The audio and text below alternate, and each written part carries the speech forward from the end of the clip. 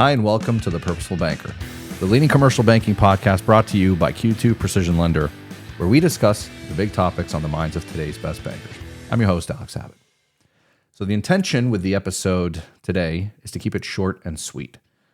Although I would like to pick up where we left off in our discussion last time when Dallas came on to offer his view on what was going on in the news. That's where we talked about all the signals that we collectively missed as industry watchers.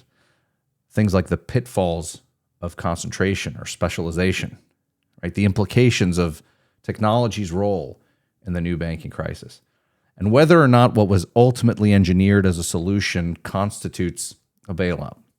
If you haven't caught that episode, I highly recommend it. It's worth a listen. Dallas continues to deliver the goods. But we're not going to rehash any of that today, at least not directly. It's still a little bit too early to get a read on how the news has impacted what's going on in the market. But we are at a precipice of at least understanding on the eve of what happened in the big major news events and the bank failures that we all observed. We're now preparing to see what the fallout will be. In other words, the numbers here didn't bear any of the news that has since been dominating in the news. So today we're drawing that line in the sand, that benchmark that we will compare to as new batches of information come out. And to help us do all that, of course, everybody knows who we would ask to come back. This person needs no introduction. Welcome back, Doc. Tony Hernandez, the deal doctor. How's it going, sir? Thank you, Alex. Thanks for having me again. Well, look, there's been a lot going on. I'm sure you've been following yourself. I mean, I know you have. We've been kind of talking about it a lot offline. But look, the dust is somewhat settling. I don't know if anyone will really admit that, but it feels that way. At least, we're not anticipating the complete unknown the way we were a few weeks ago. We're now at least at a moment, I think, collectively, where we're trying to see, well, what's the impact of this? There's going to be some long-term implications. I don't know what that's going to look like. That's really, I think we just got to let that part unfold. But I'm specifically, as was discussed in the introduction of this show, we have a really good idea of what activity looked like. We do these regular updates. Anna Faye posts the blog monthly on our website that discusses this. And so it was timely that this the most recent report went out, which goes right up until I think the week before everything started going down. But, we don't always cover these monthly updates on this show. This one is particularly important, though, because it's not impacted at all by, the string of events. And so it's going to be an interesting way to monitor to the extent that there is a measurable impact, where we can see the pockets of change, right? So I guess real quick, before we dig into the report, because we invited you here for your expertise to help disseminate some of that for the audience. Where do you think you're going to see gut reaction? It's okay if you don't have one. In your opinion, how do you think the industry is going to react? Do you think it's going to start to feel business as usual pretty quick? And obviously the same issues that were present, with a higher rate environments, all those things are obviously going to still be there. But do you think the acute impact of what's happened in the news, you think there's gonna be an impact to the activity in the coming months? I think it's going to be just part of the bigger cloud of storminess that we may have foreseen in the past, right? I think last year, some others were calling that there was a big storm coming, and then it kind of dissipated. But as we continue to go on, there continues to be moments of friction that really prevents us from having high growth, achieving the NIM or whatever targets that we might have. And this is certainly just adds that much more to that uncertainty. So I don't think that as a whole, it's going to be the thing that sinks us, right? But definitely contributing towards, again, not perhaps achieving the growth or the targets that we might have embarked when we kicked off 2023. I have a question for you, someone who, speaks to our clients every day. And I've asked you this before. I don't recall specifically about what last time, but in this time, have you gotten some different phone call types from your clients based on what's happened in the news? I have not, but I know that some of my peers have, and it runs the gamut of a concern of is there inaction or action? Um, should they be concerned because that's not what their peers are doing, right? Towards just a passing comment that, hey, our institution as a whole, it's okay. We have pockets of industry concentration where the clients are calling, concerned of whether they're at risk of being walked out, etc.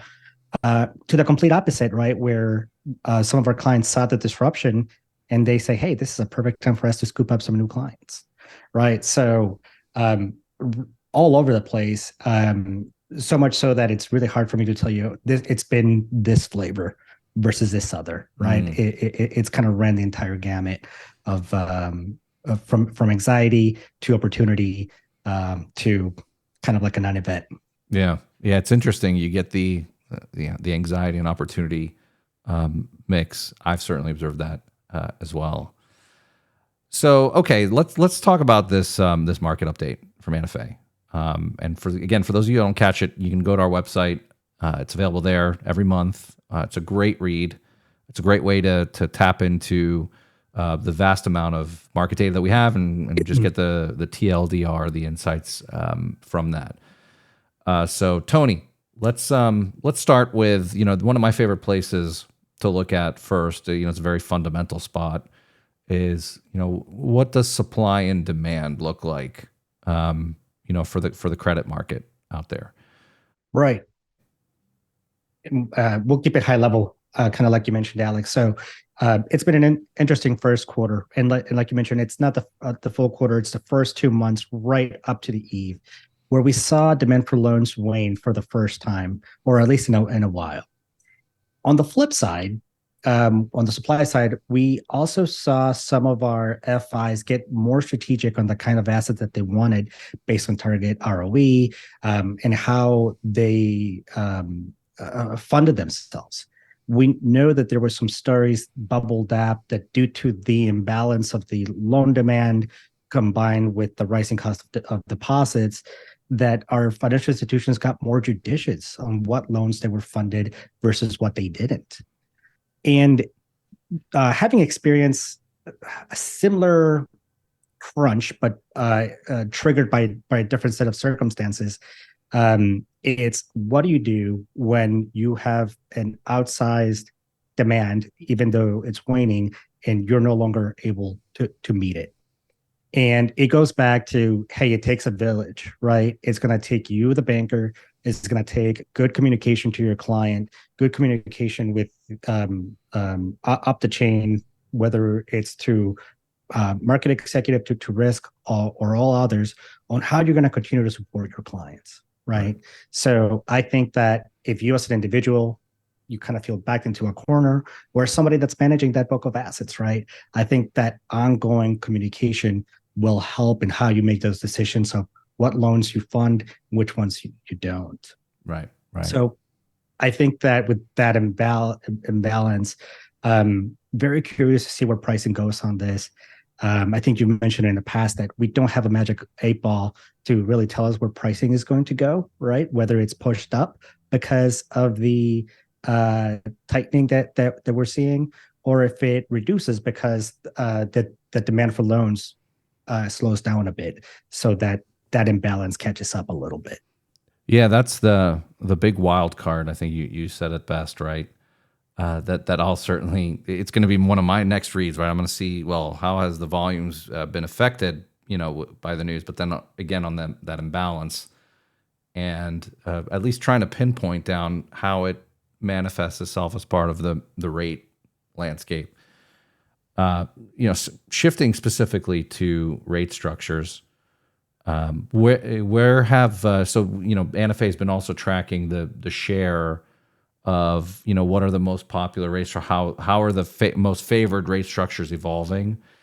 So is there an update that's worth mentioning, at least on the mix there? Sure. And I think for those of us that have either listened to you and I here or read that report, no surprise there. SOFR remains resilient. Remains the spreads remain resilient, excuse me, which points to bankers' resilience and effectiveness on passing on cost as appropriate. Prime spreads, on the other hand, have been ticking downwards steadily, and the overall mix of fixed rate exposures versus floating continues to show the preference for fixed has continued to trend down, now hovering right around 30%.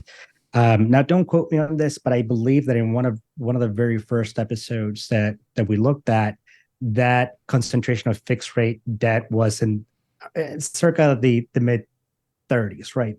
I don't want to say 35, 36, or 37 in the case that I'm wrong, but it was around that vicinity. Yeah, no, I So recall that too. to see that come down, and again that story of SOFR continuing to really be the replacement for LIBOR, and where bankers are kind of flexing their strength and protecting them, has been fascinating. Mm-hmm. Mm-hmm.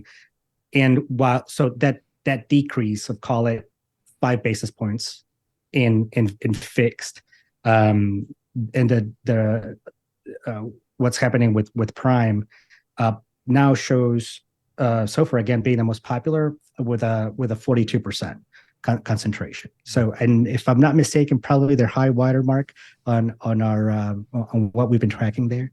So, just again highlighting what I just covered. I mean, that's presumably expected, given as rates go, the attraction to fixed rate goes down. It's getting expensive and more expensive. So that checks out. So I guess SOFR was lucky that the adoption went pretty well early on, and now is just full steam ahead, having its moment as well, as it kind of just becomes normal part of course. So yeah, all expected stuff. That's great. Anything else that you would point to, perhaps on how are coupons trending? Yep. The last thing on there, across all type, data shows that continued coupons continue to trend higher. Again, to our first comment, that the banks are effective in passing on that cost of borrowing, with fixed rate being the laggard there. Maybe just a timing of when pricing is presented to actually closing, and again, kind of pointing us towards why the preference in floating rate structures, given that if you're charging, call it 300 basis points over SOFR, right? Regardless of where SOFR is at, you're going to get 300 basis points on the contractual spread, versus a potential mismatch on fixed rate structures. If you don't lock, if there's a gap in your process of locking in the cost of funds before actual closing, right? So that might be part of the issue there, but overall, I think the sensitivity of those rates. Mm-hmm. Mm-hmm. So it wouldn't be a great market update episode if I didn't at least talk about deposits, just even for a moment. Yeah, it's everybody's favorite topic these days, right? And the deal doctor's here to also talk about deposits. So, Doc, I mean, is the with the rising coupons and those costs being passed back to the bank's customers, is that driven mainly by the rising cost of deposits? Is there other factors at play? sure. I mean, just kind of big picture, those large month-over-month increases that continue to tick up. If you look at at deposits back in January 2022 to today, right? There was to January rather, there was an uptick of 80 basis points, whereas February compared to January, it was a 15 basis point uptick in deposits. So that's just this year. You're saying in just what it took a year, yeah, to get to 80 basis points, it took a month to get 15. Yeah, right. So again, we don't have the magic 8 ball to say that it's going to continue at a 50 basis point increment, but just the how much ground it covered in 1 month could lead or points towards that. Yes, it is that the internal pressure or how financial institutions organically fund themselves has to be reflected in the cost of funds, combined with the broader rate environment that we find ourselves in. Interesting. That's a pretty big ramp up there in a month that you're spotlighting. So that's going to be, I guess, another a really interesting data point to look at. If there's one that we put a pin in, Alex, I think it's probably this one. Yeah. So I take back what I said before about looking at volumes first, but what this does to supply and demand. Who cares about that? We're going to look at this one. I think everyone's going to be fixated. Okay, so. But one, and you might have been doing this, but perhaps a plug to a good friend, Andy Heisel. On a blog post. Yep. I definitely would check that out as well. I think that just went up this past week. So, we're beginning of April now. So it's fresh, hot off the presses. You can go on the website and check out a blog post about how to think about, deposit pricing strategies broadly. It's a great read as well.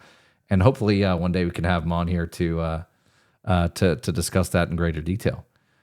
So, just to recap real quick, okay? Because I promised that this would be a short and sweet episode. I really wanted to keep it focused on just the update itself. We haven't done one in a few months, and this is an important one. So on the eve of the crisis, right, we observed loan demand slowing down. Credit standards are tightening. Spreads are by and large steady, although coupons are trending higher. We're seeing a continued decrease in fixed rate structures relative to other structures. And we have fast rising deposit costs, which are now really fast. So that's where we stand on the eve. My advice to everyone out there is to tune in to see how we're going to be tracking against this data. When fresh batches come out, we're expecting our first new batch, I think, any week now. And to the extent that the numbers are moving as fast as we think, we might have the deal doctor to come back and do a quick update to the lightning round update to the market that we're doing right now. So check back soon as we unpack all the action with the deal doctor. Tony, deal doc, thank you very much for coming back on the show today. Any last words? Yeah, it goes back to one of the first conversations that we had, Alex, right? Lay out all options, leave no stone unturned. Whether and be there for your clients, right? What's the sensitivity? Is it interest rates from the loan side? Is it that they feel that they're not getting commensurate payment on the deposit side? Is it that you are not asking for a closing fee, right? Try out all the options, and within there, you're fine to find the winning combination that allows you to support your clients and allows you to serve your institution. So, once again, sage advice from the deal doctor. Thank you so much again for joining today, and we look forward to having you as always back on the show again. Thanks, Alex. All right, that's it for this week's episode of The Purposeful Banker. If you want to catch more episodes, please subscribe to the show wherever you like to listen to podcasts, including Apple, Spotify, Stitcher, and iHeartRadio. And if you have a moment to spare, let us know what you think in the comments. You can also head over to Q2.com to learn more about the company behind the content. Until next time, this is Alex Habet, and you've been listening to The Purposeful Banker.